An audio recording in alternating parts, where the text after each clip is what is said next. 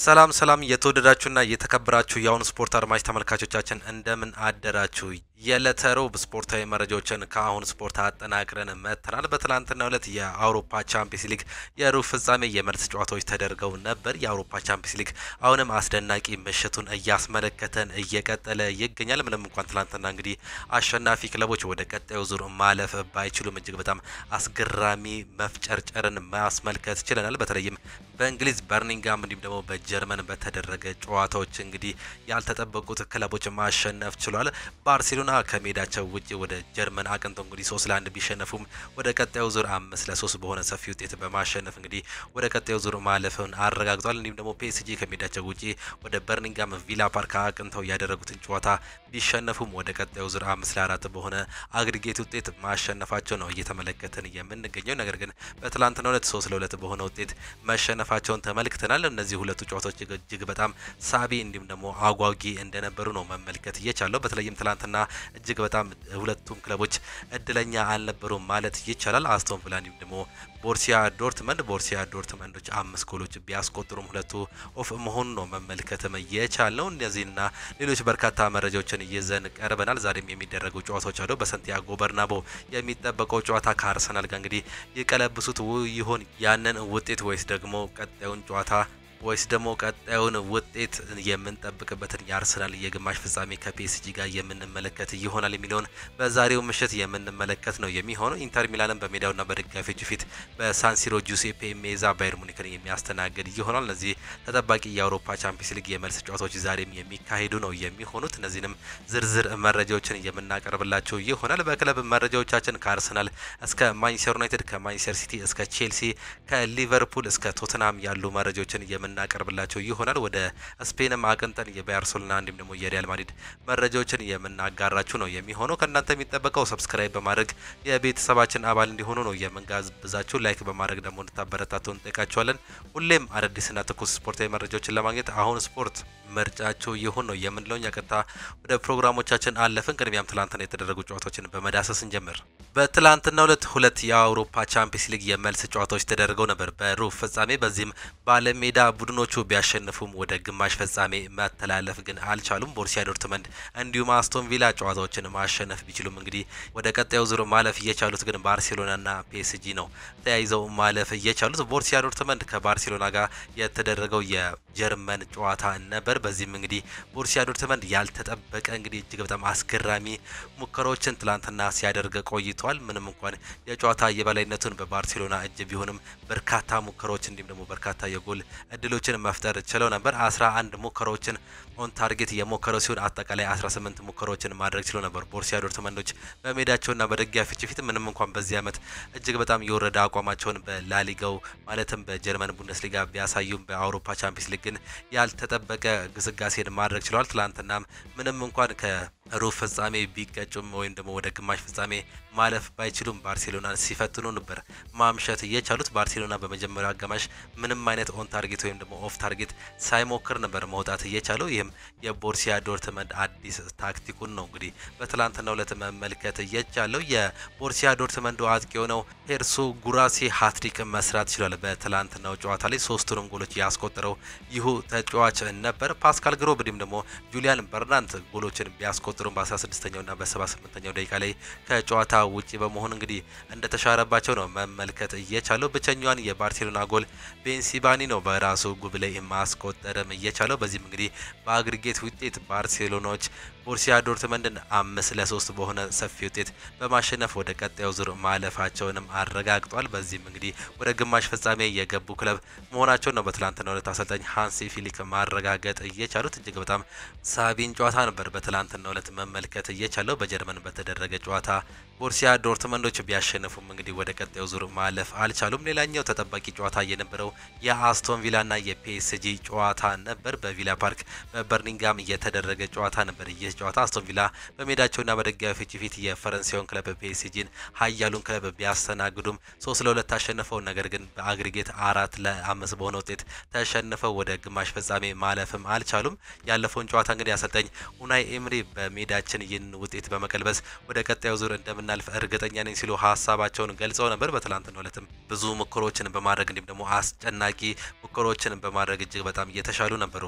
አስቶን ቪላዎች በሜዳቸውና በደጋፊዎች ፊት 17 ሙከራዎችን እያደረጉ ሲሆን 9 ኦን ታርጌት ወይም ደግሞ ኢላማቸውን እየጠበቁ ነበሩ። ፒኤስጂዎች የጨዋታ የበላይነት እንዲሁም ደግሞ ኳሱን ፖሰስ በማድረግ የተሻሉ ነበር። ነገር ግን በራሳቸው አጋማሽ ነበር ሙሉ ኳሶችን ፖሰስ ሲያደርጉ የነበረው ማለት ይቻላል። በተለይም በመጀመሪያው አጋማሽ 14 ሙከራዎችን አድርገው 7ቱ ኢላማቸውን መጠበቅ ችሏል። በትላንትናው ዕለት 3-2 በሆነ ውጤት ቢሸነፉም እንግዲህ ወደ ቀጣዩ ዙር ማለፋቸውን ነው ማረጋገጥ እየቻሉት።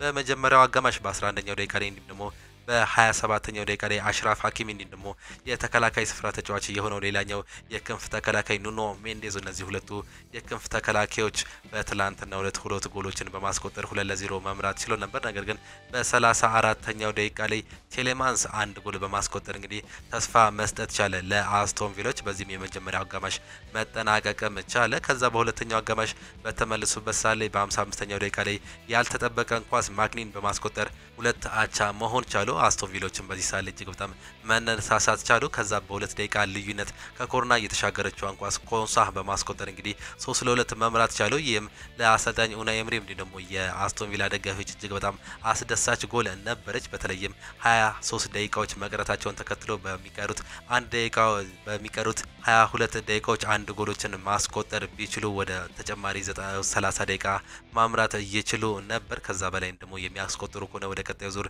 የማለፍ እድል ነበራቸው። በዚህም የተለያዩ ሙከራዎችን ሲሞክሩ ተመልክተን ነበር። በነ ማርከስ ራሽፎርድ እንዲሁም ደግሞ ተቀይሮ በገቡት በነ ማርኮስ አሶንሲዮ ብዙ ሙከራዎችን ማድረግ እየቻሉ ቢሆንም በረኛው ዶናሩማ ትላንትና ድንቅ እንደነበር ነው መመልከት እየቻለው። በርካታ ያልተጠበቁ ሙከራዎችን ማምከንም ችሏል፣ የነ ቴሌማንስን ጨምሮ ማለት ነው። በዚህም ማሸነፋቸውን ተከትሎ ወደ ቀጣዩ ዙር ማለፋቸውን ማረጋገጥ ችሏል። ፒኤስጂ ማለፉን ተከትሎ በዛሬው ዕለት የሚደረገውን የበርናቦን ጨዋታ በመመልከት እንግዲህ ተጋጣሚውን የሚለይም ይሆናል። አሰልጣኝ ሉዊስ ኤንሪኬ በዚህ ዓመት እንግዲህ ጥሩ ግስጋሴን በአውሮፓ ቻምፒየንስ ሊግ እያስመለከቱን ነው የሚገኙት። ምንም እንኳን እንግዲህ በዚህ ዓመት ይህን ጨዋታ ቢሸነፉም ጥሩ እንቅስቃሴን በማድረግ ወደ ቀጣዩ ዙር ማለፉን ተመልክተናል። በትላንትናው ዕለት ኦስማን ዴምቤሌ ጎል አስቆጥሮ ነበር። ነገር ግን ከጨዋታው ውጪ በመባል እንደተሻረበት ነው መመልከት እየቻለው። ትላንትና የአጥቂ ስፍራቸው እጅግ በጣም የሳሳ እንደነበር ነው በፒኤስጂ በኩል መመልከት እየቻለው። ምንም እንኳን የመጀመሪያውን አጋማሽ 2-0 እየመሩ ቢወጡም በሁለተኛው አጋማሽ በተቆጠረባቸው 2 ጎሎች 3-2 በሆነ ውጤት ተሸንፏል። ነገር ግን ወደ ቀጣዩ ዙር እንዳለፉ ነው በትላንትናው ዕለት ማስመስከር እየቻለው። አሰልጣኝ ሉዊስ ኤንሪኬ በትላንትናው ጨዋታው እጅግ በጣም ከብዶት እንዳመሸ ነው የተመለከት ነው። አሰልጣኝ ኡናይ ኤምሪ በተቃራኒው ደግሞ እጅግ በጣም አስገራሚ አስቶን ቪላን በትላንትናው የቻምፒየንስ ሊግ ምሽት እንዳስመለከተን በርካቶቻችን እርግጠኞች መሆን እንችላለን። የአውሮፓ ቻምፒየንስ ሊግ ዛሬም ቀጥሎ ይካሄዳል። እንደ ትላንትናው ያልተጠበቁ ውጤቶችን እንመለከት ይሆን ወይስ የተጠበቁት ክለቦች አርሰናል እንዲሁም ደግሞ ኢንተር ሚላን እያልፉ ይሆን የምንመለከት ነው የሚሆነው። በዛሬው ዕለት እንግዲህ የሚጠበቁ ጨዋታዎች እንዳሉ እንመለከታለን። ባርሴሎና እንዲሁም ደግሞ ፒኤስጂ ተጋጣሚዎቻቸውንም የሚለዩም ነው የሚሆኑት። ዛሬም በአውሮፓ ቻምፒየንስ ሊጉ ተጠባቂ ጨዋታዎች አሉ። እንዲሁም ደግሞ በእንግሊዝ ፕሪሚየር ሊግ ተስተካካይ ጨዋታ የሚደረግ ይሆናል። አንድ ተስተካካይ ጨዋታ ነው የሚኖረው። በአውሮፓ ቻምፒየንስ ሊግ እጅግ በጣም ተጠባቂ 2 ጨዋታዎች የሚኖሩ ሲሆን በሳንሲሮ ጂሴፔ ሜዛ ስቴዲየም ናፖሊ ባየር ሙኒክን የሚያስተናግድ ይሆናል። እንዲሁም ደግሞ በሳንቲያጎ በርናቦ ሪያል ማድሪድ አርሰናልን የሚያስተናግድ ነው የሚሆነው። እነዚህ ሁለቱ ጨዋታዎች እጅግ በጣም ተጠባቂ እንደሆኑ ነው ካሁኑ እየተገለጸ የሚገኘው። በተለይም የኢንተር ሚላንና የባየር ሙኒክ ጨዋታ በመጀመሪያ ዙር ጨዋታ በሙኒክ በተደረገ ጨዋታ እንግዲህ 2-1 በሆነ ውጤት ኢንተር ሚላን ማሸነፉን ተከትሎ የዛሬው ጠባብ ውጤት ለዛሬው ጨዋታ ተጠባቂ ያደርገዋል። የሪያል ማድሪድና የአርሰናል ጨዋታ ደግሞ ሪያል ማድሪድ ምናልባት ይህን ጨዋታ ይገለብጥ ይሆን የሚል የበርካቶች ጥያቄ መሆኑ ነው እየተገለጸ የሚገኘው። የመጀመሪያውን ዙር ጨዋታ አርሰናል 3-0 በሆነ ሰፊ ውጤት ማሸነፉን ተመልክተን ነበር። እጅግ በጣም 3 አስደማሚ ጎሎችን በተመለከትንበት ጨዋታ ላይ ዲክላን ራይስ 2 ቅጣት ምቶችን በአስገራሚ ሁኔታ ማስቆጠሩን ተመልክተን ነበር። እንዲሁም ደግሞ በእንግሊዝ ፕሪሚየር ሊግ የሚደረገው አንድ ጨዋታ የኒውካስልና የክሪስታል ፓላስ የመርሃ ግብር ማሟያ ጨዋታ ነው። እነዚህ ከዚህ በፊት ያለፈው የ29ኛ ሳምንት የእንግሊዝ ፕሪሚየር ሊግ ጨዋታ ነው ዛሬ የሚያደርጉት። ኒውካስል ዩናይትድ ቻምፒየንስ ሊግን ተሳትፎ ለማድረግ እንግዲህ እየተጓዘም ይገኛል። የዛሬውም ጨዋታ ይህንን የሚያመላክት ነው የሚሆነው። በአውሮፓ ቻምፒየንስ ሊግ ጨዋታዎችን ስንጀምር ኢንተር ሚላን ከባየር ሙኒክ ዛሬ የሚገናኙም ይሆናል። በመልስ ጨዋታ የመጀመሪያው የጨዋታ ዙር እንግዲህ 2-1 በሆነ ውጤት ባየር ሙኒክ በሜዳውና በደጋፊዎቹ ፊት በጀርመን መሸነፉን ተመልክተን ነበር። እጅግ በጣም ሳቢ የነበረ ጨዋታ ነው። በ38ኛው ደቂቃ ላይ ላውታሮ ማርቲኔዝ እጅግ በጣም አስገራሚ ኳስ ማርከስ ቱራም ተቀብሎ እንግዲህ ያስቆጠራትን በርካቶቻችን እናስታውሳለን። ባለፈው ሳምንት ማክሰኞ በነበረው ጨዋታ ላይ ቶማስ ሙለር ተቀይሮ ገብቶ በ85ኛው ደቂቃ ላይ አቻ ማድረግ ቢችልም እንግዲህ ፍራትሲ በ88ኛው ደቂቃ ላይ ጎል በማስቆጠር ለኢንተር ሚላኖች ወሳኛን አንድ ጎል በማስቆጠር 2-1 በሆነ ውጤት ማሸነፍ ችሎ ነበር። ምንም እንኳን በሜዳቸውና በደጋፊዎች ፊት የቪንሴንት ኮምፓኒ ልጆች ብዙ ሙከራዎችን ቢያደርጉም ኳስ በመጫወትም እጅግ በጣም ጥሩ የተሻሉ ቢሆንም እንግዲህ ማሸነፍ አልቻሉም ነበር። በጨዋታው ላይ 20 ሙከራዎችን እያደረጉ ሲሆን 7ቱ ኢላማቸውን እየጠበቁ ነበሩ። ኢንተር ሚላኖች 10 ሙከራዎችን ያደረጉ ሲሆን 4ቱ ሙከራዎች ደግሞ ኢላማቸውን እየጠበቁ ነበር። ኢንተር ሚላን በዚህ ዓመት እጅግ በጣም አስገራሚው እንዲሁም ደግሞ ከባዱ ቲም እንደሆነ ነው እየተገለጸ የሚገኘው። ከ2 ዓመት በፊት እንግዲህ የቲም ከማንቸስተር ሲቲው ጋር የፍጻሜ ተፋላሚ እንደነበር እናስታውሳለን። በዛ ጨዋታ ላይ ብቸኛ ጎል ተቆጥሮባቸው 1-0 በሆነ ውጤት ተሸንፈው እንግዲህ የአውሮፓ ቻምፒየንስ ሊግ ዋንጫን ማጣታቸው በማንቸስተር ሲቲ ተሸንፈው እንደነበር እናስታውሳለን። በዚህ ዓመት ደግሞ አሰልጣኙ ይህንን ዋንጫ ለማሳካት ሁሉንም ነገር እናደርጋለን ሲሉ ነበር መናገር እየቻሉት። ለዚህም እጅግ በጣም ጥሩ እንቅስቃሴ ላይ እንዲሁም ደግሞ ጥሩ ጉዞ ላይ እያሉም ይመስላል። ዛሬ ደግሞ በሜዳቸውና በደጋፊዎች ፊት ነው ይህንን ጨዋታ የሚያደርጉት። ከባድ ጨዋታ እንደሆነም ነው እየተገለጸ የሚገኘው። አሰልጣኝ ሲሞኔ ኢንዛጊ የሰሩት ቲም እጅግ በጣም አስገራሚ ነው።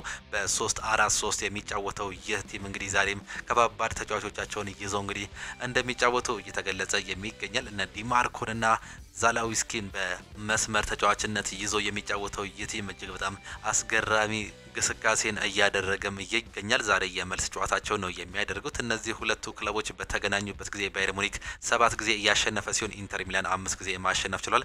አንዱን ደግሞ አቻ ነው መለየት የቻሉት። የመጨረሻ የእርስ በርስ ጨዋታቸውን ስንመለከት ደግሞ ባየር ሙኒክ 3ቱን እያሸነፈ ሲሆን ኢንተር ሚላን 2ቱን ማሸነፍ ችሏል። በዚህ ዓመት የተገናኙበትን ውጤት ባለፈው ሳምንት ኢንተር ሚላን እንዳሸነፈ መመልከት ችለናል። በሳንሲሮ ጂዩሴፔ ሜዛ የሚደረገው ከባዱን ጨዋታ ዛሬ የሚያደርጉ ነው የሚሆኑት። የመጨረሻ ጨዋታቸውን ስንመለከት ኢንተር ሚላኖች ካለፉት 5 ጨዋታዎች 3ቱን ሲያሸንፉ በሁለቱ አቻ መውጣት ችሏል። በጣሊያን ሴሪ እንዲሁም ደግሞ በኮፓ ኢታሊያ ነው የአቻ ውጤት ማስመዝገብ እየቻሉት። ባየር ሙኒኮችን ስንመለከት 2ቱን አሸንፈው 2ቱን አቻ ወጥተው አንድ ሽንፈት አስተናግዷል። እሱም በኢንተር ሚላን በቻምፒየንስ ሊጉ የተደረገውን ጨዋታ መሸነፋቸውን እናስታውሳለን። በዚህ ጨዋታ ላይ የማይገኙ የሁለቱም ክለቦች ተጫዋቾች አሉ። በኢንተር ሚላን በኩል 2 ወሳኝ ተጫዋቾቻቸው አይኖሩም። ዜሌንስኪ እንዲሁም ደግሞ ዴንፍሪስ በጉዳት ምክንያት የማይገኙ ተጫዋቾች ናቸው። እንዲሁም ደግሞ በባየር ሙኒክ በኩል በረኛው ኒዮሬን ጨምሮ አልፎንሶ ዴቪስ፣ ጀማል ሙሴላ እንዲሁም ደግሞ ቦችማን በጉዳት ምክንያት የማይገኙ ተጫዋቾች መሆናቸው እየተገለጸም ነው የሚገኘው። የዛሬው ጨዋታ በርካቶችን እንዲጠብቁ ያደርጋቸዋል። በተለይም እንደ አግሪጌት 90 ደቂቃ እየቀረ 2-1 መውጣታቸው እንግዲህ ለእነዚህ ለሁለቱ ክለቦች ወሳኝ ጨዋታ በዛሬ በጣሊያን የምንመለከተው ይሆናል። ምሽት 4 ሰዓት ላይ ማን ያልፋል የምንመለከተው ነው የሚሆነው። ግምታችሁንም ልታስቀምጡልን ትችላላችሁ የተወደዳችሁና የተከበራችሁ አድማጮቻችን። ሌላኛው እጅግ በጣም ተጠባቂውና ከባዱ ጨዋታ ተብሎ የሚጠበቀው ካሁኑ እንግዲህ የሳንቲያጎ በርናቦ የሪያል ማድሪድና የአርሰናል ጨዋታ ነው። እነዚህ ሁለቱ ክለቦች እንግዲህ ዳግም ዛሬ በመልስ ጨዋታ የሚገናኙ ይሆናል። በመጀመሪያ ዙር ጨዋታ አርሰናል በሜዳውና በደጋፊዎች ፊት በፍላይ ኤምሬትስ አስተናግዶ 3-0 በሆነ ሰፊ ውጤት አሸንፎ ማጠናቀቁን ተመልክተን ነበር። በዛ ጨዋታ ላይ አንድ ቀይ ካርድም ተመልክተን ነበር። በመጨረሻው ደቂቃ ላይ ኤድዋርዶ ካማቪንጋ ቀይ ካርድ መመልከቱን ተከትሎ በዛሬው ጨዋታ እንደማይገኝ ነው የተረጋገጠው። አርሰናሎች ፍጹም የጨዋታ የበላይነት ነበራቸው። ብዙ ሙከራዎችም ማድረግ የቻለ ሲሆን እጅግ በጣም የሚያስገርመው በዛ ጨዋታ ላይ 12 ሙከራዎችን አድርገው 11ዱ ኢላማቸውን እየጠበቁ ነበሩ። ይህም ምን ያህል አኩሬት እንደነበሩ ነው በጨዋታው ላይ የሚያሳየው። ሪያል ማድሪዶች ደግሞ ከሜዳቸው ውጪ 9 ሙከራዎችን ያደረጉ ሲሆን 3ቱን ብቻ ነው ወደ ጎል መሞከር እየቻሉት ወይም ደግሞ ኢላማቸውን መጠበቅ እየቻሉ። በመጀመሪያው አጋማሽ ላይ እጅግ በጣም የተመጣጠነ ጨዋታን ተመልክተን ነበር። በአርሰናል በኩል ቡካዮ ሳካ ይዟቸው የሚገባቸው ኳሶች ፋይናል ሰርድ ላይ ጨራሽ ባለማግኘታቸው ምክንያት 0-0 መውጣታቸው ተመልክተን ነበር። በሪያል ማድሪድ በኩል እነ ቪኒሲየስ ጁኒየር እና ኪሊያን ምባፔ በተለይም ኪሊያን ምባፔ በመጀመሪያው አጋማሽ ብዙ ሙከራዎችን አድርገው ነበር። አንዳንድ ሪያል ማድሪዶች አስቆጪ ሙከራዎችንም አድርገው ነበር። ነገር ግን በሁለተኛው አጋማሽ የአሰልጣኝ ሚኬል አርቴታ ሰራዊቶች እጅግ በጣም ተለውጠው መግባት ችለው ነበር። እንደ ቲም የተለየ ሆነው መግባት ችለው ነበር። ከዛም በኋላ የተገኙ ሁለት ቅጣት ምቶችን ዲክላን ራይስ በማስቆጠር እንግዲህ አስገራሚ አጨራረስ በማስመልከት ሁለት ጎሎችን ማስቆጠር ቻለ። ሶስተኛውን ጎል ሚኬል ሜሪኖ ነበር ከሉዊስ ስኬሊ አስገራሚ አሲስት በማግኘት ማስቆጠር እየቻለው። በጨዋታው ላይ ሁለቱንም ቅጣት ምቶች ያስገኘው ከጉዳት የተመለሰው እንግሊዛዊ ፈርቅ የሆነው ተጫዋች ቡካዮ ሳካ ነበር። የጨዋታው ልዩነት አንዱ እንደነበር ነው መመልከት እየቻለው። ምንም እንኳን ዲክላን ራይስ ያልተጠበቁ ሁለት ቅጣት ምቶችን ማስቆጠር ቢችሉም ቡካዮ ሳካ በጨዋታው ላይ እጅግ በጣም አስገራሚ እንደነበር ነው መመልከት እየቻለው። ነገር ግን ከጨዋታው በኋላ እንግዲህ የተጫዋች ጉዳት እንዳጋጠመው ተመልክተንም ነበር። ዲክላን ራይስም እንዲሁ ጉዳት ያጋጠመው ተጫዋች ነበር። ነገር ግን ባለፈው የእንግሊዝ ፕሪሚየር ሊግ ጨዋታ ላይ አቻ በተለያዩበት ጨዋታ ተቀይረው መግባታቸውን ነው መመልከት እየቻለው። ዛሬ ይህን ጨዋታ እንግዲህ ማን ያሸንፋል? አርሰናሎች ይህንን ውጤት በማስጠበቅ እንዲሁም ደግሞ በሳንቲያጎ በርናባው ዳግም በማሸነፍ ሪያል ማድሪዶችን ጥለው ያልፉ ይሆን ወይስ ሪያል ማድሪዶች እንደዛቱት ይህን ጨዋታ በመቀልበስ ወደ ግማሽ ፍጻሜ ለማለፍ ያላቸውን ሁሉ ይሰጣሉ የምንመለከት ነው የሚሆነው። እነዚህ ሁለት ክለቦች በታሪካቸው 5 ጊዜ ተገናኝተዋል። 3ቱን አርሰናል፣ 2ቱን ደግሞ አቻ ነው መለያየት እየቻለው። ሪያል ማድሪድ እስካሁን ድረስ ማሸነፍ አልቻለም። ይህም እጅግ በጣም አሰቃቂ ወይም ደግሞ መጥፎ ሪከርድ መሆኑን ነው እየተመለከትን የምንገኘው። ቻምፒየንስ ሊጉ በተገናኙበት 3 ጨዋታዎች ደግሞ 2ቱን አርሰናል አንዱን ደግሞ አቻ ነው መለየት የቻሉት። አራተኛ የቻምፒየንስ ሊግ ጨዋታቸው ነው የዛሬ ጨዋታ የሚሆነው። በአራተኛ የቻምፒየንስ ሊግ ጨዋታ ሪያል ማድሪድ ታሪክ ይሰራ ይሆን ወይስ ታሪካቸውን አርሰናሎች እያስቀጥሉ ይሆን? በካርሎ አንቸሎቲ እንዲሁም ደግሞ በሚኬል አርቴታ መካከል የሚደረገው የታክቲክ ጦርነትን ዛሬ ምሽት የምንመለከት እንደሆነ ነው በርካቶች እየገመቱም የሚገኙት። በእርግጥ አብዛኞቻቸው አርሰናል እንደጨረሰ ጨዋታውንና ይህ ነገር በሪያል ማድሪድ በኩል ይገለበጣል የሚል እምነት እንደሌላቸው በርካታ ፑንዲቶች እየተናገሩም የሚገኙ ይሆናል። በሳንቲያጎ በርናባው 81044 ደጋፊዎችን በሚይዘው በዚህ ስቴዲየም እንግዲህ በዛሬው ጨዋታ ላይ ጣሪያው እንደሚዘጋ ሪያል ማድሪዶች እያሳወቁም ነው የሚገኙት። በዚህ ጨዋታ ላይ ከ50 ዓመት በላይ የሆኑ ደጋፊዎች እንዲሁም ደግሞ ከ14 ዓመት በታች የሆኑ ደጋፊዎች በዚህ ጨዋታ ላይ የመገኘት እድላቸው ሬድ እንደሆነ ነው ካሁኑ እየተዘገበ የሚገኘው። ይህንም ያደረጉበት ወሳኙ ምክንያት ሪያል ማድሪዶች ስቴዲየማቸውን በመዝጋት እንግዲህ ወሳኝ ደጋፊዎቻቸውን ጉልበት ያላቸው እንዲሁም ደግሞ ሞቅ ለማድረግ እንደሚሞክሩ ነው መረጃዎች እየወጡ የሚገኙት። ዛሬም እጅግ በጣም ከባድ ድባብ በሳንቲያጎ በርናባው እንደምንመለከት ካሁኑ እየተገለጸ ይገኛል። በመጀመሪያው ጨዋታ ላይ አርሰናል ይህንን ነገር መጠቀሙን ተመልክተን ነበር። አሰልጣኝ ሚኬል አርቴታ በጨዋታው ላይ ደጋፊዎቻችን እንፈልጋለን፣ የተለየ ድባብ ዛሬ እንፈልጋለን፣ በዚህ ጨዋታ ላይ አሸንፈን ለመውጣት ብለው ከተናገሩ በኋላ ደጋፊዎቻቸው እጅግ በጣም የሚገርም ዝማሬን ፍላይ ኤምሬትስን አስመልክተው ነበር። ጨዋታው ከመጀመሩ በፊት የተለያዩ እንደ ካምፌድ የመሰሉ ፍላየሮችም ተመልክተን ነበር። በርካታ ነገሮችን በፍላይ ኤምሬትስ የተመለከትነው ጉዳይ ነው። በዚህም ጨዋታ ላይ በሳንቲያጎ በርናባው ከዚህ በተለየ እጅግ በጣም የሚያስገርም ድባብን በስፔን እንደምንመለከት ነው ካሁኑ መረጃዎች እየወጡ የሚገኙት። እነ ማርካ እንዲሁም ደግሞ አስ ለሪያል ማድሪድ ቅርብ የሆኑ መረጃዎችን እንዳወጡልን ከሆነ ይህ ነገር በሪያል ማድሪድ ለመቀልበስ ብዙ ነገሮችን እንደሚያደርጉ ካሁኑ ግልጽ ይሆናል ሲሉ ነው እየተነገረ የሚገኘው። በዚህ ጨዋታ ላይ የማይገኙ በርካታ ተጫዋቾች አሉ። በሪያል ማድሪድ በኩል ዳኒ ካርቫል፣ ፌርናንድ ሜንዲ፣ ኤደር ሚሊታው፣ አንድሬ ሉኒን እንዲሁም ደግሞ ኤድዋርዶ ካማቪንጋ አይገኙም። ኤድዋርዶ ካማቪንጋ በቀይ ካርድ ምክንያት የማይገኝ ሲሆን ሌሎቹ ግን በጉዳት ምክንያት እንደማይገኙ ነው በዛሬው ጨዋታ ላይ የተገለጸው። ሌላኛው ቶማስ ፓርቴ በዛሬው ጨዋታ ላይ የመገኘት እድሉ ጠባብ እንደሆነ እየተገለጸ ይገኛል። ባለፈው ጨዋታ ላይ ግጭት አጋጥሞታል። ይህም ጉዳት እንዳጋጠመው ነው መረጃዎች እየወጡ የሚገኙት። ጀርጊኒዮም በዚህ ጨዋታ ላይ የማይገኝ ሌላኛው ተጫዋች ነው። ጋብሪኤል ጂሰስ፣ ቶሚያሱ፣ ቤን ዋይት፣ ካይ ሃቨርትስ፣ ጋብሪኤል ማጋሊዝ እንዲሁም ደግሞ ሪካርዶ ካላፊዮሪ እንደማይገኙ እየተገለጸ ይገኛል። ቤን ዋይትም ጉዳት እንዳጋጠመው አሰልጣኝ ሚኬል አርቴታ እየተናገሩ ይገኛሉ። በዛሬው ጨዋታ ላይ ይገኝ አይገኝ እስካሁን እየታወቀ ነገር የለም። በርካታ ተጫዋቾች ግን ጉዳት ላይ መሆናቸው ነው እየተገለጸ የሚገኘው። ባለፈው ጨዋታ ላይ በቻምፒየንስ ሊግ ጉዳት አጋጥሟቸው ተቀይረው የወጡት ዲክላን ራይስ እንዲሁም ደግሞ ቡካዮ ሳካ ግን በዛሬው ጨዋታ ብቁ እንደሆነና አሰላለፍ ላይ እንደሚገኙ አሰልጣኙ ማረጋገጥም ችሏል። ይህን ጨዋታ ካሁኑ በርካቶች እየገመቱትም እየጠበቁትም ይገኛል። አሰልጣኝ ካርሎ አንቸሎቲ ይህን ጨዋታ የማይቀለብሱም ከሆነ ምናልባት በክረምት የዝውውር መስኮት ወደ ብራዚል ብሔራዊ ቡድን የመሄድ እድላቸው ሊሰፋ እንደሚችል ነው እየተገለጸ የሚገኘው። ፍሎሬንቲኖ ፔሬዝ ስር እንግዲህ ትዕግስት ሊኖር እንደማይችልና ሊለቅ እንደሚችሉ ፋብሪዚዮ ሮማኖ ካሁንም እያረጋገጠ ይገኛል። ዣቪ አሎንሶም እነሱን ምትክ ሆኖ ሊመጡ እንደሚችል ነው እየተገለጸ የሚገኘው። ካርሎ አንቸሎቲም የመቆየት እድላቸውን ሰፋ ለማድረግ የዛሬው ጨዋታ ወሳኝ እንደሆነ እየተገለጹ ይገኛሉ። ቫስከስን ጨምሮ በርካታ የሪያል ማድሪድ ተጫዋቾች እንግዲህ ይህን ታሪክ መስራት የሚችለው ሪያል ማድሪድ ብቻ ነው፣ ይህንንም ደግሞ ማድረግ እንችላለን ሲሉ መናገር ችሏል። ኪሊያን ምባፔ፣ ቪኒሲየስ ጁኒየር እንዲሁም ደግሞ ጁድ ቤሊንጋም ካለፈው የጨዋታ መጠናቀቅ በኋላ በርካታ ሀሳቦችን ሰጥተው ነበር። በተለይም ጁድ ቤሊንጋም እንደተናገረው ከሆነ በዚህ ጨዋታ ላይ 3 ጎሎች ብቻ ስለተቆጠረብን እጅግ በጣም ደስተኞች ነን፣ እድለኞችም ነን። 3 ብቻ ሊቆጠረብን አይገባም ነበር፣ ከዛ በላይ ብዙ እድሎች ነበሩ ሲሉ ሀሳቡን ገልጾ ነበር። ነገር ግን በሳንቲያጎ በርናቦ በሚደረገው ጨዋታ ላይ እንደምንቀለብሰው እርግጠኞች ነን ሲሉ ሀሳባቸውም ገልጿል። ኪሊያን ምባፔ፣ ቪኒሲየስ ጁኒየርም ቢሆን ካለፈው ሳምንት ጀምሮ እንግዲህ በትዊተር ገጻቸው እንዲሁም ደግሞ በኢንስታግራም ገጻቸው ላይ ሀሳብ እየሰጡም ይገኛሉ። የበርናቦን ጨዋታ በርካቶች እንድንጠብቅ የሚያደርጉ ሀሳቦችንም ነው እየሰጡ የሚገኙት። እናንተስ ምን ትላላችሁ? በዛሬው ጨዋታ ላይ ማን ያሸንፋል? ሪያል ማድሪድ እንደዛተው ይህንን ታሪክ በመገልበጥ 3-0 በማሸነፍ እንግዲህ ወደ ግማሽ ፍጻሜ ያልፋል ወይስ ደግሞ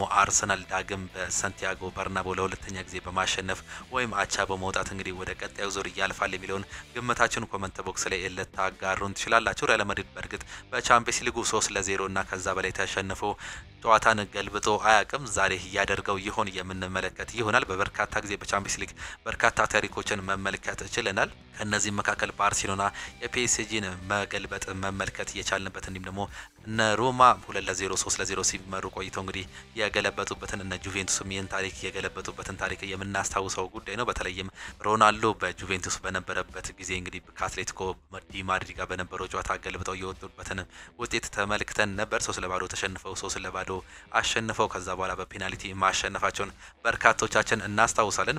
በአንፊልድ ሮድ አስተናጋጅነት የነበረው የባርሴሎናና የሊቨርፑል ጨዋታንም በርካቶቻችን የምናስታውሰው ጉዳይ ነው። 4-0 አሸንፈው ያለፉበትን ውጤት ያንንም ታሪክ ዛሬ የሚደገም ይሆን የምንመለከተው ይሆናል። በርካቶች ይህንን ነገር እየጠበቁም ነው የሚገኙት። ምሽት ግን መልሱን የምናገኝ ይሆናል። ምሽት 4 ሰዓት ላይ ሌላኛው በእንግሊዝ ፕሪሚየር ሊግ አንድ ጨዋታ እንደሚኖር ነግረናቸዋል። ኒውካስል ዩናይትድ ከክሪስታል ፓላስ ጋር የሚያደርጉት ጨዋታ ነው። ይህም ተስተካካይ ጨዋታ ነው። የ29ኛ ሳምንት ተስተካካይ ጨዋታ አሰልጣኝ ኤዲ ሃው ከኦሊቨር ግላስነር ጋር የሚገናኙም ይሆናል። እነዚህ ሁለቱ ክለቦች በዚህ ዓመት ጥሩ እንቅስቃሴ እያደረጉ ይገኛሉ። በተለይም በአሰልጣኝ ኤዲ ሃው የሚመራው ኒውካስል ዩናይትድ በሴንት ጄምስ ፓርክ እንግዲህ ዛሬ ሌላኛውን ጨዋታ የሚያደርግም ይሆናል። የቻምፒየንስ ሊግ እጣቸውን ለመቁረጥ እንግዲህ የዛሬው ከባዱን ጨዋታ የሚያደርጉ እንደሆነ ነው ካሁኑ እየተገለጸ የሚገኘው። ይህንንም በርካቶች ከባዱ ጨዋታ ሲሉ ነው መግለጽ እየቻሉት። ክሪስታል ፓላሶች ካለፉት ጨዋታዎች እንግዲህ ጥሩ እንቅስቃሴ እያደረጉ ይገኛሉ። ሽንፈትንም እያስተናግዱ አይገኝም። ይህም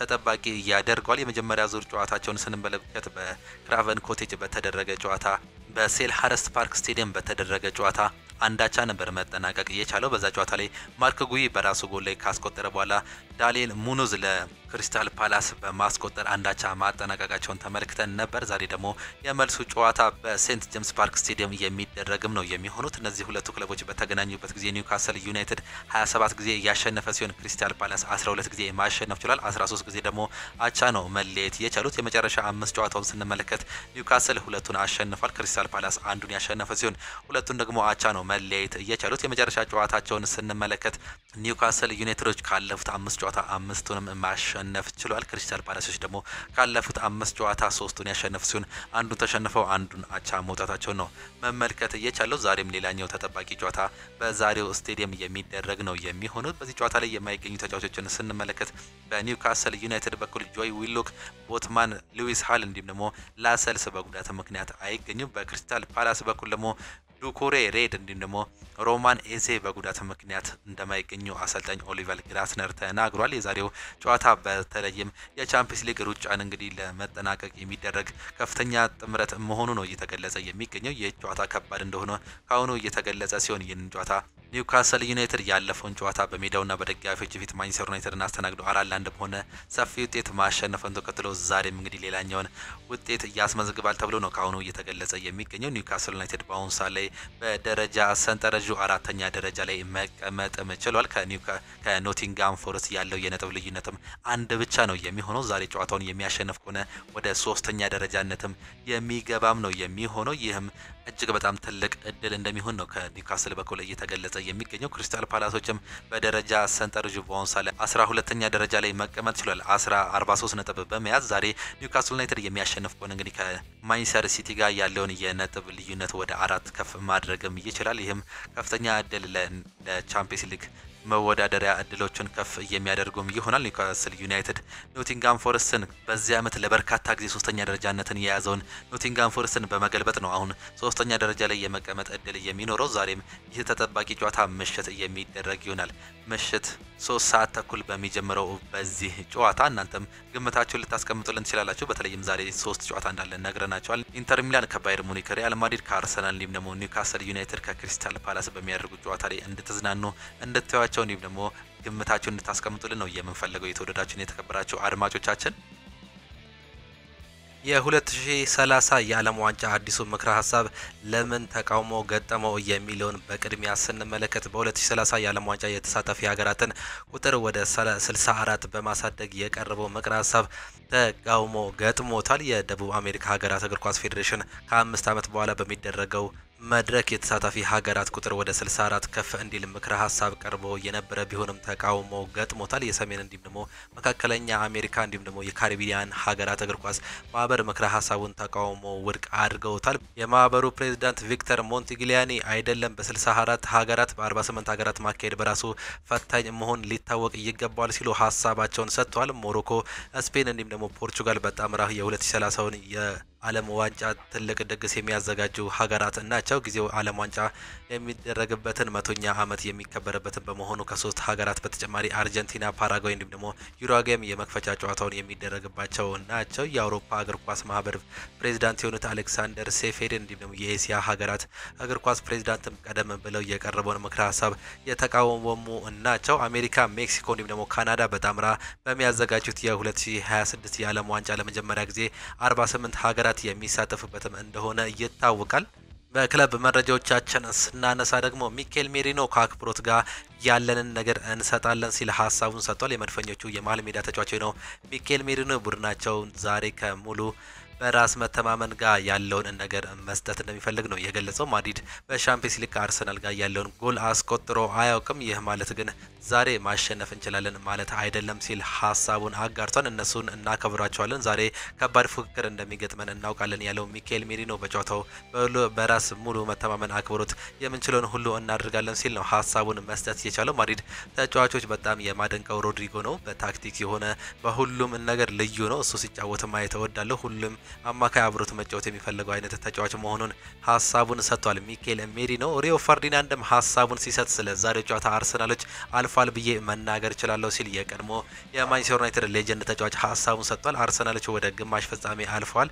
ይህ ያልኩበት አሁን ላይ ያለው ማድሪድ የድሮ ማድሪድ አይደለም ሲል ነው ሀሳቡን መስጠት የቻለው። የስፔን ክለብ ሪያል ማድሪድ ቡድን ትንሽ ተበታትኗል፣ አለመግባባቶች አሉ፣ ሚዛኑን እያጣ ይመስለኛል ሲል ሀሳቡን የገለጸ ሲሆን አርሰናል በእርግጥ በሳንቲያጎ በርናቡ ጨዋታው ይከብዷል፣ ከባድ ፈተናም ሊያጋጥመው ይችላል። አሁን ባለው አቋም ግን ማሸነፍ ይችላል ሲል ሀሳቡን ሰጥቷል። አርሰናል ተጫዋቹ ልምምድም ሰርተውለታል። የሰሜን ለንደን ክለብ አርሰናል ተጫዋቾች ዛሬ በሚያደርገው ጨዋታ ላይ ልምምድ መስራታቸው ነው ይፋ የተደረገው። ከቀናት በፊት ጉዳት አጋጥሟቸው የነበረው የመሃል ሜዳ ተጫዋች ቶማስ ፓርቴ በቡድኑ መደበኛ ልምምድ ላይ መሳተፉ ተገልጿል። ጋናዊው አማካይ ቶማስ ፓርቴ ሪያል ማድሪድን ለመግጠም ከቡድኑ ጋር ወደ ስፔን እያመራል ተብሎም ይጠበቃል። በተጨማሪም የተከላካይ ስፍራ ተጫዋች የሆነው ቤን ዋይት ልምምድ መስራቱ ይፋ ተደርጓል። ጣሊያናዊ የተከላካይ ስፍራ ተጫዋች ሪካርዶ ካላፌሪ አሁን ላይ ከጉዳት ምክንያት የማይገኝ ተጫዋች መሆኑ ተገልጿል። አርሰናሎች በክረምት የዝውውር መስኮት የባየር ሙኒኩን የመስመር አጥቂ የሆነውን ኪንግስሌይ ኮልማንን የማስፈረም ፍላጎት እንዳላቸው ተዘግቧል። ነገር ግን ቲቢአር ፉትቦል አርሰናል ኮልማንን የማስፈረም ምንም አይነት ፍላጎት የላቸውም ሲል አስነብቧል። እንደ ቲቢአር ፉትቦል አርሰናል ኮልማንን እንደ መጀመሪያ የዝውውር አማራጭ አድርገው አይመለከቱትም ሲል አስነብቧል። 100 ሚሊዮን ፓውንድ ተለጥፎበታል። አርሰናል በክረምት የዝውውር መስኮት ለማስፈረም ከያዛቸው የፊት መስመር ተጫዋቾች መካከል አንደኛው የሆነው ሁጎ ኤኪቲኬ ዋጋ ተለጥፎበታል። የጀርመን ክለብ ኢንትራንክ ፍራንክፈርት የ22 ዓመቱ የፊት መስመር ተጫዋች ለማስፈረም የሚመጣ የትኛውም ክለብ 100 ሚሊዮን ፓውንድ የሚጠጋ ገንዘብ ማቅረብ እንዳለባቸው ነው በትላንትናው ዕለት ቢልድ እያስነበበው። ጃኮብ ኪቪየር ባለፈው ሳምንት ከሪያል ማድሪድ ጋር ስለተጫወተው ነገር ሀሳቡን ሰጥቷል። ፍርሃት አልተሰማኝም ነበር። በእርግጥ ይህ በእግር ኳስ ሕይወቴ ውስጥ ካሉ ታላላቅ ጨዋታዎች አንዱ ነበር። ነገር ግን በብሔራዊ ቡድን ውስጥ ትላልቅ ጨዋታዎች ከምባፔ ጋር ነበረኝ። ነገር ግን ለሁሉም ነገር ዝግጁ ነበርኩኝ። እናም ከጨዋታው በፊት በጣም ጥሩ ስሜት ተሰምቶኝም ነበር። በጨዋታው በምንም ጨዋታ መረብ ሳያስደፍሩ መውጣት ለኔ ምርጥ ነው። ምክንያቱም ይህ የሜዳዬ ስራዬ ነው። መባፔ በጣም ፈጣን ተጫዋች ነው። በጣም ምርጥም ተጫዋች ነው። በዚህ ሰዓት ላይ ካሉ ምርጥ አጥቂዎችም አንዱ ነው ሲል ሀሳቡን ሰጥቷል። በእርግጥ ጋቢ ይህን ጨዋታ መጫወት ይችል ነበር። ነገር ግን ተጎድቷልና ለሁሉም ነገር ዝግጁ መሆን አለብኝ። ይህን ያህል ጊዜ አግኝቻለሁ ብዬ አልጠበኩም ነበር። ቶሎ ተመልሶ እንደሚወጣ ተስፋ አድርጋለሁ። እናም ለዛ ቦታ በመታገል አብረን ልምምድ መስራት እንችላለንም ሲል ስለ ጋብሪኤል ማጋሊስ ሀሳቡንም ሰጥቷል። ጃኮብ ኪቪየር አንድሬ ኦናና ለሊዮን ጨዋታ በቡድን ስብስብ ውስጥ ለመካተት እርግጠኛ አይደለም ሲል በትላንትናው ዕለት ለማንቸስተር ዩናይትድ ቅርብ የሆነው ሳሙኤል ሉኸርስት አስነብቧል። ካሜሩናዊው ግብ ጠባቂ አንድሬ ኦናና ለሐሙሱ የሊዮን ጨዋታ ወደ ቡድን ስብስብ በመመለሱ ዙሪያ እርግጠኛ እንዳልሆነ ነው የተገለጸው። ምንም እንኳን ግብ ጠባቂው አልታይ ባይንደር በሴንት ጄምስ ፓርክ ጨዋታ ላይ ጥሩ ብቃት ባያሳይም በዚሁ ጨዋታ ላይ በቋሚነት የመሰለፍ እድል እንዳለው ነው እየተነገረው። አንድሬ ኦናና በጨዋታው ላይ በተደጋጋሚ እየሰራቸው ባለው ስህተቶች ምክንያት ባሳለፍነው እሁድ ከኒውካስል ጋር በተደረገው የሊግ መርሃ ግብር ከቡድን ስብስብ ውጪ ተደርጎ እንደነበር ይታወሳል። ይህንንም በሐሙሱ ጨዋታ ሊደገም ይችላል ሲል ነው ሳሙኤል ሉኸርስት እያስነበበው። አንድሬ ኦናና ከዩናይትድም ሊለቅ የሚችልበት እድል እንዳለ ነው እየተገለጸ የሚገኘው። የማንቸስተር ዩናይትድ ግብ ጠባቂ አንድሬ ኦናና ባሳየው ደካማ አቋም ምክንያት በኒውካስል ጨዋታ በአሰልጣኝ ሩበን አሞሪም ከቡድን ስብስብ መቀነሱ ይታወሳል። ይህንም ተከትለው አንድሬ ኦናና እንዲሁም ደግሞ ማንቸስተር ዩናይትድ ስለ መለየት ሊያስቡ ይችላሉ የሚሉ ጥርጣሬዎች በክለብ ውስጥ እንደነበሩ ዘ አትሌቲክስም አስነብቧል። ይሁን እንጂ አሁን ላይ ባለው ሁኔታ አንድሬ ኦናና በማንቸስተር ዩናይትድ ቤት ይቆያል ተብሎ እንደሚጠበቅ ተገልጿል። አንድሬ ኦናና ማንቸስተር ዩናይትድን ሊቀላቀል የወጣበት 43.8 ሚሊዮን ፓውንድ ክፍያ በ5 ዓመት ውል ውስጥ ተከፍሎ የሚመዘገብም ይሆናል። በክለቡ የ3 ዓመታት ኮንትራትም ነው ያለው። አንድሬ ኦናና አሁን የተመዘገበው ዋጋ 26.3 ሚሊዮን ፓውንድ መሆኑ ነው የተገለጸው። ማንቸስተር ዩናይትድ ኦናናን ከዚህ ባነሰ ዋጋ ከሸጡ እንደ ኪሳራ እንደሚመዘገብባቸውም ተገልጿል። በዚህ ምክንያት ማንቸስተር ዩናይትድ አንድሬ ኦናናን በክለቡ ሊያቆየው ወይም ደግሞ በውሰት ሊሰጠው የሚችልበትም እድል እንዳለ ተነቧል። ነገር ግን ሳውዲዎች ከዚህ ገንዘብ በላይ የሚያቀርቡ ከሆነ የሚሄድ እድሉም ይኖራል። አሁን ላይ ሊያም ዴላፕን ለማስፈረም በሚፈልጉት ጥረት ፉክክር ውስጥ ያሉት ክለቦች ማንቸስተር ዩናይትድ እንዲሁም ቼልሲ ናቸው። ሁለቱ ክለቦች ከጀርመን ክለቦች በበለጠ ተጫዋቹን የማስፈረም ከፍተኛ እድል አላቸው ሲል ፋብሪዚዮ ሮማኖ አስነብቧል። በአሁኑ ሰዓት ላይ በከፍተኛ ደረጃ እየገፋበት የሚገኘው ማንቸስተር ዩናይትድ መሆኑና እየመራ እንደሚገኝ ነው ያስነበበው። አዲስ ስም ከወደ ጀርመን በአጥቂ ክፍል ላይ አለ ሲል ፕሌቲ ጎል አስነብቧል። ማንቸስተር ዩናይትድ የቼክ ሪፐብሊክ ዜግነት ያለውን የባየር ሌቨርኩሰን አጥቂ የሆነው ፓትሪክ ሺክ ሁኔታ እየተከታተሉ ይገኛሉ። የማንቸስተር ዩናይትድ ሰዎች ወጣት ተጫዋች ለማስፈረም ፍላጎት ቢኖራቸውም ግን ሺክን ለማስፈረም እያሰቡ ይገኛሉ። ተጫዋቹ 29 ዓመቱ ላይ ይገኛል። ባየር ሌቨርኩሰን ከተጫዋቹ ከ25 ሚሊዮን ዩሮ እስከ 30 ሚሊዮን ፓውንድም ይፈልጋሉ ሲል ፕሌቲ ጎል አስነብቧል። ማንቸስተር ዩናይትዶች በወራጅ ክለብ ሳውዛምፕተን ቤት የሚገኘውን ግብ ጠባቂ አሮን ራምስዴል ለማስፈረም እያጤኑበት እንደሆነ ዘሰን አስነብቧል። በአምናው የዝውውር መስኮት ከአርሰናል ወደ ሳውዛምፕተን አቅንቶ በአሁኑ ዓመት ወራጅ ቀጠና ላይ የሚገኘውና ወደ ሻምፒዮንሺፕ መውረዱን ያረጋገጠው ሳውዛምፕተን ይህን ተጫዋች ይለቃል ተብሎ ይጠበቃል። አሮን ራምስዴል ደግሞ በአሁኑ ሰዓት ላይ ምናልባት በማንቸስተር ዩናይትድ ራዳር ውስጥ ሊገኝ እንደሚችል ነው እየተገለጸ የሚገኘው። በዚህ ሰዓት ላይ የማንቸስተር ዩናይትድ አንደኛ እንዲሁም ደግሞ ሁለተኛ በረኛ የሆኑት አልታይ ባይነርና አንድሬ ኦናና በክረምቱ የሚለቁ ከሆነ የተጫዋች በማንቸስተር ዩናይትድ ቤት ካሪንግተን ይታያል የሚል ዘገባን ዘሰን አስነብቧል። ሪያል ቤቲስ አንቶኒን ለተጨማሪ ዓመት በውሰት ለማቆየት ጥያቄ እያቀረቡ ቢሆንም ማንቸስተር ዩናይትድ ውድቅ አድርጎታል። ማንቸስተር ዩናይትድ አንቶኒን በቋሚ ውል ለመሸጥ ነው የሚፈልጉት ሲል ሚለር ስፖርት ነው ያስነበበው።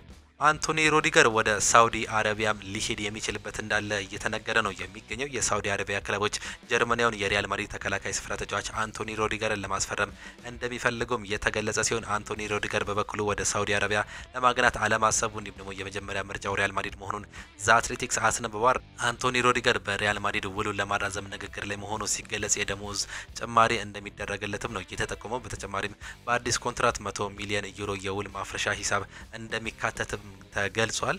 ኦሴሎ ማድሪድ በመቀልበስ እየተካነ ነው ሲል ነው ሀሳቡን የገለጸው። ስፔናዊ የቀድሞ የሎስ ብላንኮቹ የፊት መስመር ተጫዋች ኦሴሎ ሪያል ማድሪድ ጨዋታ በመቀልበስ እየተካነ ነው በማለት ሀሳቡን ገልጿል። በዓለም ላይ ጨዋታ የመቀልበስ የሚችሉ ብቸኛው ሪያል ማድሪድ ነው ሲል ኦሴሎ በክለቡ እምነት እንዳለው የገለጸ ሲሆን የመጀመሪያ ጨዋታ ሲጠናቀቅ ሁሉም ሰው ማድሪድ የተሰናበተ መስሎት ነበር የሚለው ኦሴሎ አሁን ላይ ሁለተኛው ጨዋታ ሲቃረብ ግን ሰዎች መጠራጠርም ጀምሯል ሲል ሀሳቡን ገልጿል። በአምናው ቻምፒየንስ ሊግ ፍጻሜ ላይ ተቀይሮ ገብቶ ጎሎችን ያስቆጠረ ሁለቱን ጎሎች ማስቆጠር እየቻለው ሆሴሎ በዚህ ዓመትም የዋንጫ ተፋላሚ ሪያል ማድሪድ ነው ሲል ነው ሀሳቡን የገለጸው። በዛሬው የአርሰናል ጨዋታ ላይ ሪሞንታዶ አስቸጋሪ ነው ነገር ግን የማይቻል አይደለም። አስቸጋሪ ነው ነገር ግን የማይቻል አይደለም። የካርሎ አንቸሎቲ ቡድን ሪያል ማድሪድ በዘንድሮው የውድድር ዓመት 3 ጎሎች እንዲሁም ደግሞ ከዛ በላይ በማስቆጠር በበርናቦ ላይ 7 ጨዋታዎችን አሸንፏል ሲል ስታቲክሱን ማርካ አጋርቷል። ዛሬም ይህ ነገር ሊከሰት እንደሚችል ነው የጠቆመው። ሪያል ማድሪድ አሁንም ለማርቲን ዙቤሜንዲ ይልቅ አሌክሲ ማካሊስተርን ማስፈረም ምርጫው አድርጎታል። ዙቤሜንዲ ምንም እንኳን እስካሁን ድረስ ስሙ ከሪያል ማድሪድ ጋር የተያዘ ቢሆንም በአሁኑ ሰዓት ላይ ግን እቅድ ውስጥ እንደሌለ ነው ማርካ ያስነበበው። ይህንም ተከትሎ ምናልባት የሊቨርፑልን የአማካይ ስፍራ ተጫዋች አሌክሲ ማካሊስተርን ይፈልጉታል ሲል አስነብቧል። በአርሰናል ጨዋታ ላይ የሚመዘገበው ውጤት በካርሎ አንቸሎቲ የወደፊት እጣ ፈንታ ጉዳይ ላይ ወሳኝ እንዲሁም ደግሞ አስፈላጊ ይሆናል። ከአንድ ሳምንት በፊት ይህንን ጉዳይ እየተመለከተ ያለው ውል 50-50 ነበር። ነገር ግን ከአርሰናል ጨዋታ በኋላ ሁሉም ነገር ሊቀያየር ይችላል። ስለዚህ አሁን ላይ በሪያል ማድሪድ የአሰልጣኝ ለውጥ ሊኖር የሚችልበትም እድል ሰፊ ነው ሲል ፋብሪዚዮ ሮማኖ ነው እያስነበበ የሚገኘው። ይህ ጨዋታ በሽንፈት የሚጠናቀቅ ከሆነ በክረምቱ የመልቀቅ እድላቸውም እንደሰፋ ነው የሚገመተው። ስፔናዊ አሰልጣኝ ዣቪ አሎንሶ አንድ ቀን የሪያል ማድሪድ አሰልጣኝ በመሆን ወደ ክለቡ መመለስ ይፈልጋል። አሰልጣኙ ባለፈው የውድድር ዘመን በብዙ የአውሮፓ ታላላቅ ክለቦች ቢፈለግም እሱ ግን ወደ ሪያል ማድሪድ ለመሄድ ሲል ጥያቄውን አልተቀበለም። ዣቪ ባለፈው ዓመት ከሊቨርፑል ጋር እንዲሁም ደግሞ ከባየር ሙኒክ በኩል ጥያቄዎች የቀረቡለት ቢሆንም ጥያቄውን ውድቅ ያደረገበትን ምክንያት ሪያል ማድሪድ ማሰልጠን የምንጊዜውም ህልሙ እንደነበር ነው ፋብሪዚዮ ሮማኖ አያይዞም ማስነበብ እየቻለው። የተወደዳችሁና የተከበራችሁ የአሁኑ ስፖርት አድማጭ ተመልካቾቻችን ለዛሬ የነበረን ስፖርታዊ መረጃዎቻችን ይህንን ይመስሉ ነበር። ፕሮግራሞቻችን እንዴት አያችኋቸው? ሀሳብ አስተያየታችሁን ኮሜንት ቦክስ ላይ ልታጋሩን ትችላላችሁ። ዛሬ 3 ጨዋታዎች ይደረጋሉ። በአውሮፓ ቻምፒየንስ ሊግ የሩብ ፍጻሜ የመልስ ጨዋታዎች 2 ሲደረጉ እንዲሁም ደግሞ በእንግሊዝ ፕሪሚየር ሊግ የተስተካካይ ጨዋታ 1 የሚደረግ ይሆናል። በአውሮፓ ቻምፒየንስ ሊግ የሚደረጉትን ጨዋታዎች በበርናቦ እንዲሁም ደግሞ በጣሊያን ሳንሲሮ ጁሴፔ ሜዛ ስቴዲየም የሚደረጉት እነዚህን 2 ጨዋታዎች እንድታዩ ነው የምንጋብዛችሁ። ኢንተር ሚላን ከባየር ሙኒክ እንዲሁም ደግሞ ሪያል ማድሪድ ከአርሰናል ምሽት 4 ሰዓት ላይ የሚደረጉ ጨዋታዎች አሉ። በእነዚህ እንድትዝናኑ እንጋብዛቸዋለን። በእንግሊዝ ፕሪሚየር ሊግ 29ኛ ሳምንት ተስተካካይ ጨዋታ ኒውካስል ዩናይትድ ከክሪስታል ፓላስ ጋር የሚጫወት ይሆናል። እኛ ግን የዛሬ ፕሮግራሞቻችንን በዚሁ ጨረስን። በነገው ጠዋት ፕሮግራሞቻችን እስከምንገናኝ ቻው ቻው። መልካም ጊዜ፣ መልካም ሙሉ ይሆንላችሁ።